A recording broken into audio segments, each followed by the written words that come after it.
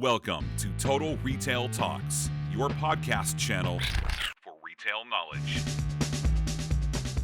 Hi, I'm Joe Keenan of Total Retail Talks. We're here at CRMC in Chicago. I'm joined by Kimberley Brennan, who is the Director of Customer Loyalty Marketing at Petco.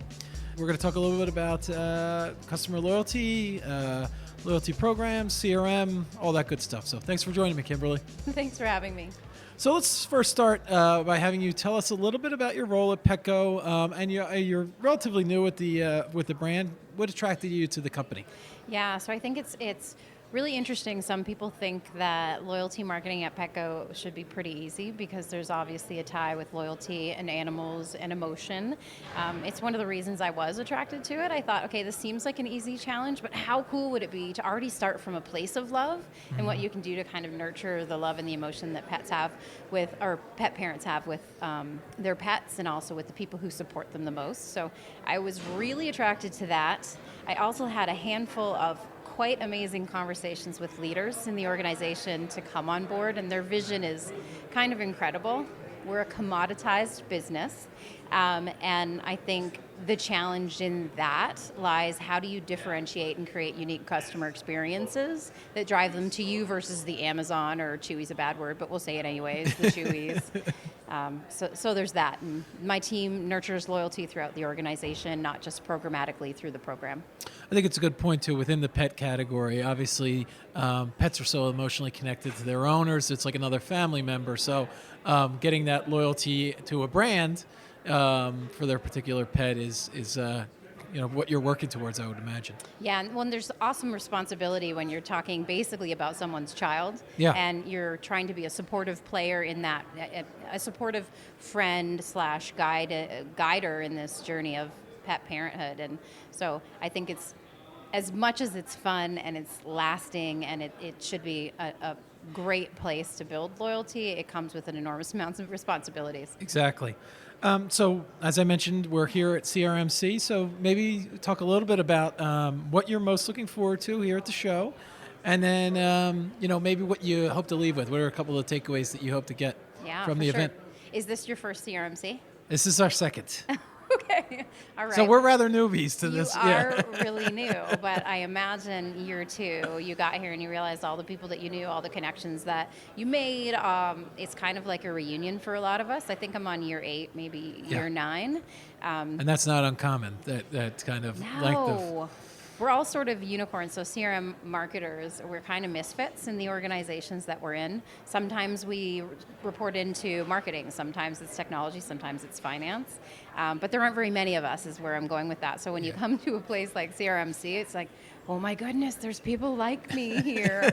And with an enormous amount of information and an approach that you appreciate because you're trying to do it in one way or another as well. So I think that the guidance I get from my peers here and just the camaraderie and knowing that we're facing some of the same challenges, we usually solve 1 or 2 of those challenges in some way while we're here, which is great. And then we have this nice select group of vendors, which makes it unlike any conference I've ever been before. Usually you're being sold every which way you turn. I'll say, I never feel like I'm being sold here because the people that are here, 1, there's not as many of them. They're hand-selected on purpose.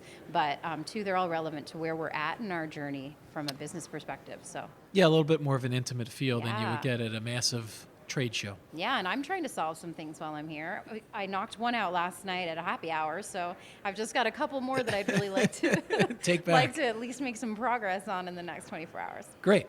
So looking kind of from an industry-wide perspective, what are some of the trends that you're seeing around customer loyalty that you feel like will have the biggest impact on retailers and brands as we kind of move here into the last part of the year, last quarter of the year? Yeah.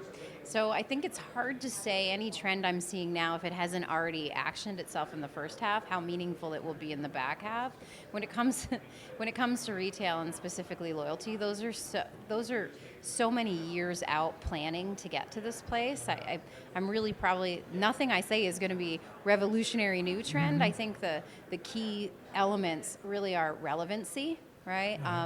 omni-channel is going to play a really big part moving forward. We've been saying it for a whole bunch of years, but our data hasn't matched the idea of omni. So I think anybody who nails that in the back half of this year is going to be ahead of the game, and that's leveraging the data regardless of where the person's shopping to just be relevant where they can. It's interesting that with all the folks that are shopping online, the reemergence of the boutique experience is coming back, and that is true loyalty. So who was it? Somebody yesterday said loyalty is an emotion. Yeah. Right? So, but we always say loyalty program.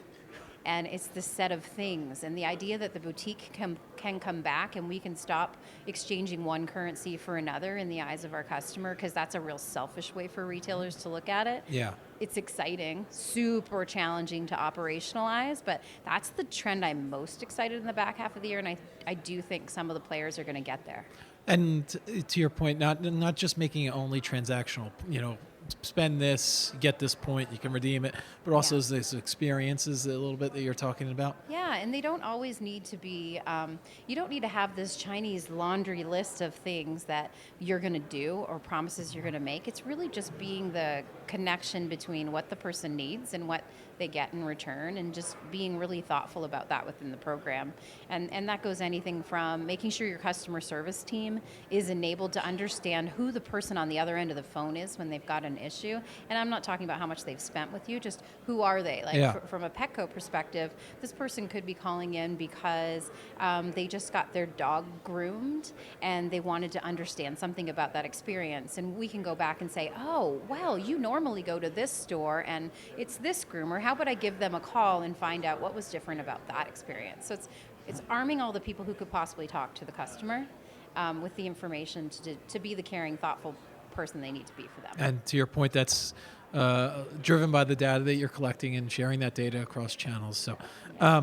So then that leads me into my next question in terms of, for retailers and brands that are either looking to get a loyalty program up off the ground, or maybe you have one existing that's kind of been dormant or looking to improve upon, what advice would you give them? The first thing I would say is why. Why are you driven to the idea of a program? Not because I don't believe in them, although I will say I'm probably one of the bigger skeptics around loyalty program being a solution. I think it is one element in a bigger puzzle that you need to solve around loyalty. So I'd ask why, and just urge them to think about what are initiatives or processes or how is their operation set up now? How is their organizational structure set up to encourage or remove friction to increase loyalty? Because potentially it's not even a program. All right, that's my little rant on it not necessarily needing to be a program. That's a hefty amount of cash that you are investing into what could just be a swap of currency. But I would say if they're going to do it, are they prepared, one, for the organizational change that has to happen? This needs to be a customer-centric, hub-driven, CRM, insights-led business. If you're getting into loyalty at this point in retail, you need to do it smartly, and you need to, out of the gate, be talking to Larry or John or Joe separately. Yeah. It's not just one team, and it's really an organizational-wide effort. Loyalty's not on the side. It's a insights-driven, loyalty, customer-centric organization. And if it's not going to be that, then do it another way. Find an aggressive CRM strategy that you can put in place, which should also dovetail from loyalty as well. So going back a little bit to your point earlier about kind of the shifting omni-channel nature of consumers back and forth between channels, particularly the growth of mobile. I'm interested in your take on kind of how that impacts retailers' loyalty programs, maybe potentially to the technology needs, the CRM systems, these customer data platforms, and kind of where you see that headed. Yeah, so I think there's one really big opportunity and one challenge. There's more than those, but those are the big ones. Yeah. And I think let's just get the challenge out of the way. It's so known, it's data, right? So there's an abundance of data that's generally housed in various locations. It's collected from different platforms, meaning it's not connected. And that's the other piece of it. So there's the huge amounts of data, and then there's the lack of connection between them. If you think about point of sale systems, some people have dusty systems that have been around for 20 plus years. that wasn't when we were, unfortunately, thinking about customers as the center of the business. Weird, because customers buy things. Should be taken care of. It should be, but so point of sale systems were created for a lot of people when the customer wasn't at the center. Bring along mobile. Mobile is the customer as an individual one-to-one customer. So if you look at your data stack, it's not set up from customer up.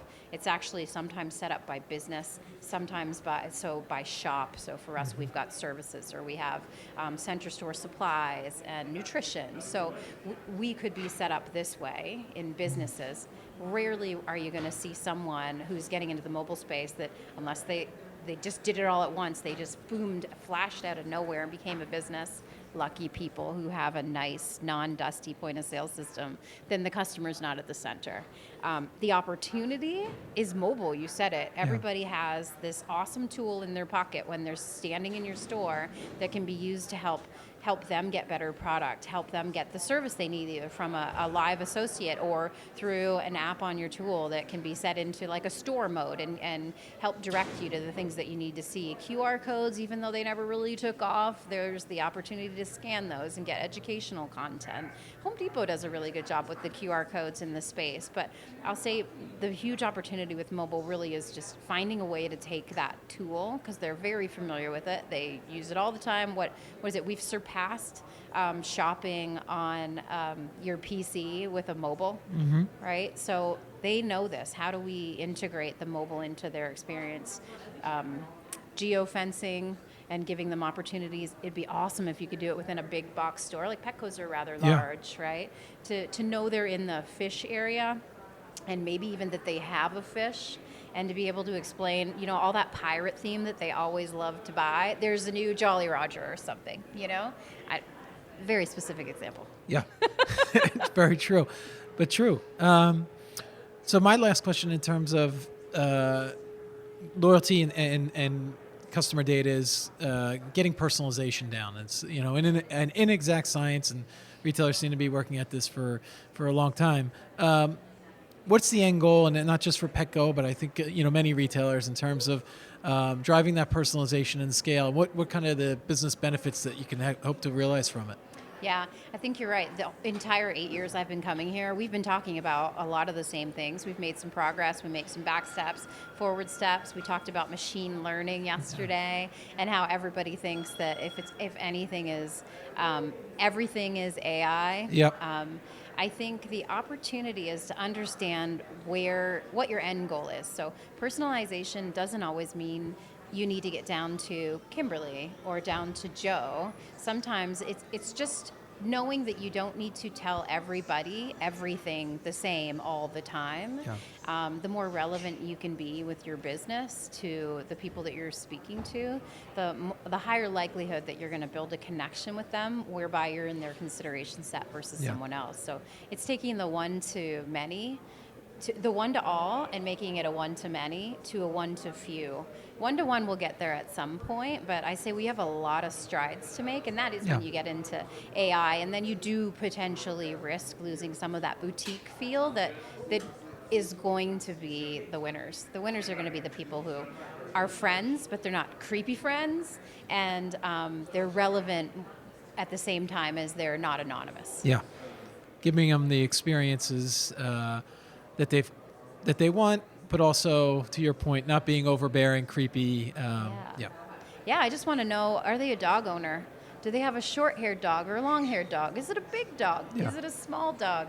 Those help me just do my job a little bit better for them in the store. And taking it too much further than that, you risk a whole bunch of back steps in the relationship you have with your customer.